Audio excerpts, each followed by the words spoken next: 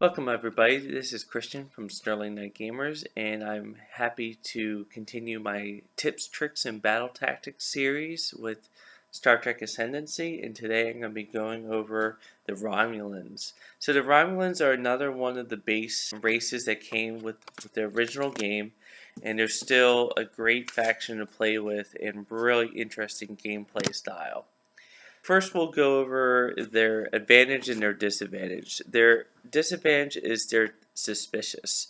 Whenever you receive a trade agreement, exhaust it immediately, refresh it in the next round's upkeep as normal. So essentially, you don't get the trade advantage for the first round that you gain that trade advantage. It is a little bit of a bummer, but it's not the end of the world. As you come across other races, I would still find it worthwhile to trade with them. It's not worth not trading because the game is going to last a lot more than one round. I don't think it's that big of a disadvantage.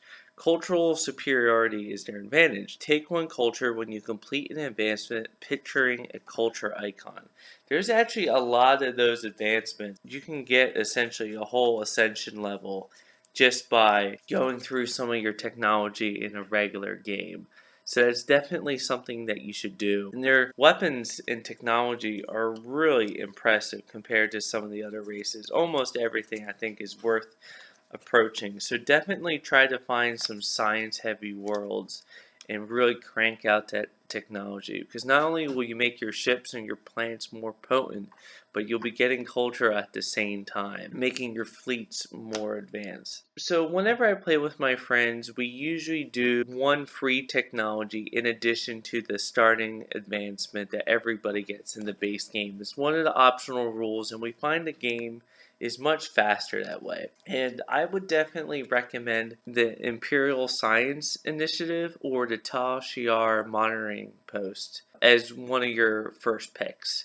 The Imperial Science Initiative is particularly useful because it allows you to shorten the life of all your science projects for the rest of the game going forward. So I think that is definitely a strong one to do from early on. The Tal Shiar Monitoring Outpost is useful too, particularly if there's a lot of players, because a lot of different projects are going to be started. But between the two and the warp icon, I would do the Imperial Science Initiative. But the Tal Shiar Monitoring Post is a great second option if you can come across it. If you're gonna go for a military victory, Advanced Romulan Cloaking Device is great. That way you can bypass whole systems and fleets and just attack homeworlds in order to achieve that military victory. Superior combat maneuvers, superior shield heromix, superior targeting array, they're all great technologies in order for you to have that military force. If there's lots of players, multi-spectral emitter drones is definitely useful in order to disrupt trade agreements, particularly if there's a Ferengi player in the mix and they're boosting the production of one of your enemies. Go ahead and disrupt that to remove their production.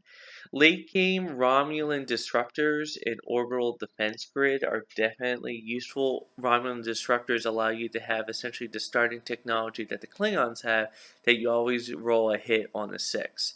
As the late game goes on and there's more and more shield advancements, that's one way to always guarantee a hit, including against the Borg. My opinion for the three fleets is that you should definitely start out building the science fleet. You're always going to come across hazards, and the science fleet really lets you limit your losses in early on hazards that you could lose. The battle group is definitely something that's useful more mid-game. However, science fleet and then a mining fleet would be great. You could have a mining fleet head to a phenomenon and just every game research that phenomenon, get to science, and get 2 production out of it. It's just a great way to mine a system for a science and 2 production, which would be a great output for most colonies. And you could even move that thing around to explore and then go back to another system in order to mine it. If you want strategy for the Romulans to play is either turtle or be militaristic. By turtling, you try to isolate yourself from other players, have fewer choke points that allow enemies to enter your systems, keep a star base and a well-defended fleet at those choke points, get cloaked orbital mines, various Tal Shiar technologies, and just plug along on your own. Get some culture planets for sure, but just work away at science and mining phenomenon in order to get those science so you can complete those projects that make your ships better, your planets better, your warp better, and for you to get culture. To get culture for some of these technologies that only take 3 science or so, you can put one in the beginning of your build phase and then farm 2 phenomenon, and then bam, you have it and an additional culture. It's a great way to get to an ascension victory, and by the time your enemies can get to you and have a battle ready force, hopefully you have enough technology that your ships are significantly superior to theirs, and you'll be able to just hold on until you can get that ascension level.